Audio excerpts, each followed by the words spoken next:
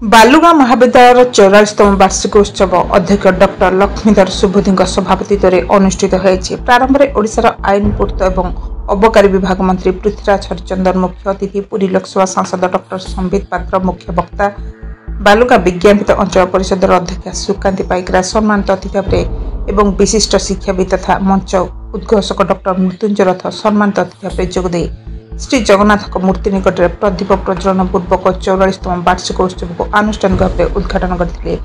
छात्र छात्री मानकर उद्बोधनी संगीत पर अध्यक्ष मंचासन अतिथि मानक संबर्धित करते। अध्यापक डॉक्टर कैलाश चंद्र महाराणा अतिथि मानकर परिचय प्रदान करथिया बेले अध्यक्ष डॉक्टर लक्ष्मीधर सुबुद्धि स्वागत भाषण प्रदान करते। मुख्य वक्ता डॉक्टर संबित पात्र विकसित भारत वर्ष में ओडिया व्यक्ति मानकर जातीय और आंतर्जातिक स्तर में प्रभाव एवं प्रज्ञार अवतारणा करी कहथिले जे श्री जगन्नाथ ओडिया मानकर बुद्धि सृजनशीलता एवं विचारशीलता को परिचालन करछन्ती।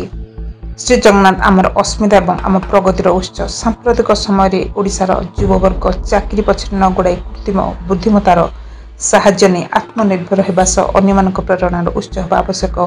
मुख्य अतिथि भाव में जोगदे मंत्री पृथ्वीराज हरिचंदन प्रति आनुष्ठानिक विकास में युववर्ग को प्रतिबद्धता अपरिहार्य बोली वक्तव्य रखिले। एथिसह महाविद्यालय गुणात्मक विकास में अध्यापक अध्यापिका माने निरंतर लगी रहिले शिक्षार्थी मानकर अंतर्निहित विकास हेबा सह अनुष्ठान मुख्य उद्देश्य साधित हो पारे बोली आलोकपात करथिले। निराकरण बालुगाँ मोबाइल टीवी। आज बालुगाँ महाविद्यालय 44तम वार्षिक उत्सव मंत्री आदरणीय पृथ्वीराज हरिचंदन महोदय सांगरे आसिक भाग नबार सुजोग प्राप्त होती। आम बहुत धन्यभागी। ए कॉलेज तार गोटे विशेष उपस्थिति अच्छी। अंचलवासी कॉलेज रू बहुत उपकृत होती। आज आम छुआ सागर मिशिचु न्यू एजुकेशन पॉलिसी को लेकिन जो चर्चा समग्र देश में चली से सुचर्चा आम भाग नहींचु।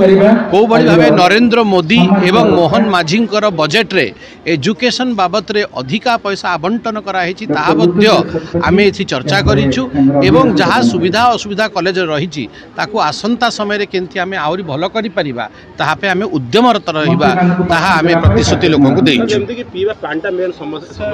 जमीती हेले मंत्री पृथ्वीराज हरिचंदन आज गोटे बहुत क्षमतावान पोस्ट अच्छा सी आज प्रतिश्रुति देते। आम प्रतिश्रुति दौचु जमीती हेले जहाँ जहाँ सुविधा असुविधा रही आम निराकरण करवा।